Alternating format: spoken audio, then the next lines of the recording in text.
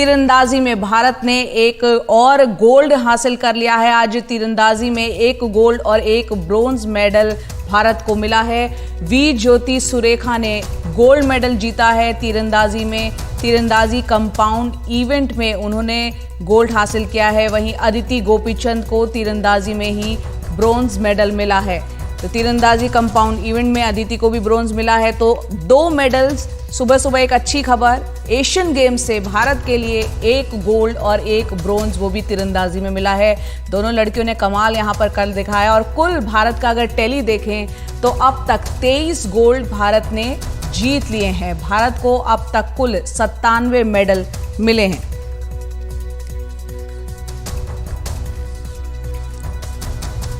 तो एक अच्छी खबर भारत के लिए यहाँ पर हम देख रहे हैं एशियन गेम्स में एक के बाद एक भारत जो है किस तरह से कमाल कर रहा है। इससे पहले हमने ये देखा कि 22वां गोल्ड कल मिला था। हॉकी में भारत ने जीता था और फाइनल मैच में जापान को हराकर आसानी से उसने जीत हासिल कर ली थी। 5-1 से हरा दिया था। और अब ये सुबह अच्छी खबर ये आई है तीरंदाजी से। दोनों लड़कियों ने कमाल कर दिखाया है।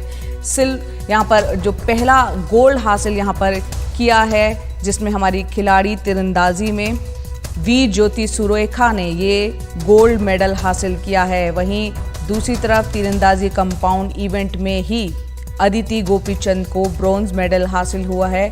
और एक बेहतरीन प्रदर्शन एशियन गेम्स में भारत का हम लगातार देख रहे हैं। विमल मोहन हमारे सहयोगी, हमारे स्पोर्ट्स एडिटर हमारे साथ फोन लाइन पर जुड़ रहे हैं। विमल जी, अच्छी खबर, सुबह सुबह दोनों लड़कियों ने कमाल कर दिखाया। और जिस तरह से आंकड़ा बढ़ रहा है मेडल्स का, 100 के आंकड़े को हम उम्मीद करें कि टच कर सकते हैं।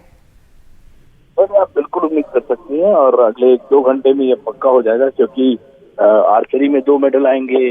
जो हमारे बैडमिंटन के खिलाड़ी हैं वो फाइनल में पहुंचे, वहां जरूर आएगा मेडल। हमारे पास क्रिकेट है अगला, जो वहां जरूर मेडल आएगा। चेस के 2 मेडल हैं, तो हो सकता है 105 का आंकड़ा भी पार कर ले। ये बहुत उम्मीदों भरी आज सुबह है। और सुबह सुबह आर्चरी ने ये शुरुआत की है और अभी आधे घंटे में उनका एक और मुकाबला है, वहां भी मेडल की उम्मीद है। तो जाहिर तौर पर 100 अब की बार 100 पार का जो नारा दिया गया था वो बड़ा रियलिस्टिक नारा था। ये हमें भी अंदाजा नहीं था, क्योंकि हमें लग रहा था कि 80 पार अगर जाते हैं तो बहुत अच्छा प्रदर्शन होगा अब तक का। लेकिन कई गेम्स है जहाँ पे आउटस्टैंडिंग आज तक का जो मतलब पहले कभी नहीं हुआ वैसा प्रदर्शन हुआ। जैसे घुड़सवारी में जो ड्रेसाज है, ड्रेसाज में पहली बार गोल्ड मेडल आया, ये अपने आप में बड़ी बात रही। डेकाथलॉन में मेडल आया है। बहुत सारे इवेंट है जहाँ पे शूटिंग में जो सिर्फ कौर साबरा ने वो कारनामा किया जो अभिनव बिंद्रा और गगन नारंग नहीं कर सके। शूटिंग में बहुत सारे मेडल आए, टीम इवेंट की वजह से भी मेडल आए। तो कई सारे गेम है जहाँ पे खिलाड़ियों ने आउटस्टैंडिंग प्रदर्शन किया और उनकी काबिले तारीफ है। ये मतलब इस गेम को जहाँ ले गए हैं वहाँ एशिया में आप पावर हाउस बनकर उभरे हैं, मतलब स्पोर्ट्स का।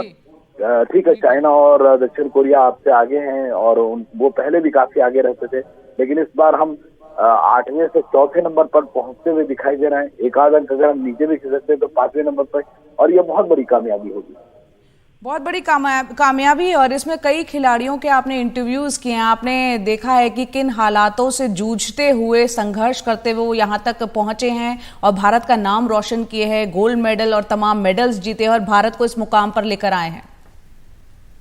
बिल्कुल बिल्कुल। और मतलब ये जितनी भी कहानियां हैं जया, हम सब जानते हैं, आप खुद स्पोर्ट्स पर्सन नहीं है, जितनी भी कहानियां होती है स्पोर्ट्स की वो स्ट्रगल से सक्सेस की, खासकर इंडिया में मतलब बहुत कम है। जहाँ पे जैसे अभिनव बिंद्रा है, उनके पास फैसिलिटीज थी, लेकिन उस फैसिलिटीज के बावजूद इंडिया में जो प्रेशर होता है उस प्रेशर से निकलना और उसके बाद कॉम्प्लेसेंट नहीं होना। इस तरह की बहुत सारी कहानियां हैं जहाँ पे प्लेयर वेल ऑफ है लेकिन उसके बाद भी एक अलग तरह का संघर्ष किया। लेकिन ज्यादातर कहानियां हैं, मेरठ के गांव की लड़की की कहानी है, जेवलिन जो लड़की है गांव में ताने देते थे लोग, कपड़े पर ताने देते थे, घर से निकलने पर ताना होता था। फारूक चौधरी की कहानी इसी तरह है, गन्ने के खेतों में भागती थी, नंगे पांव भागती थी और उसके बाद पहनने को जूते भी नहीं थे। 800 मीटर में रेस भागी, किसी ने देख लिया, डायना एडल जी ने उनको देख लिया और वो फिर आगे उनका सफर शुरू हो गया कामयाबी का।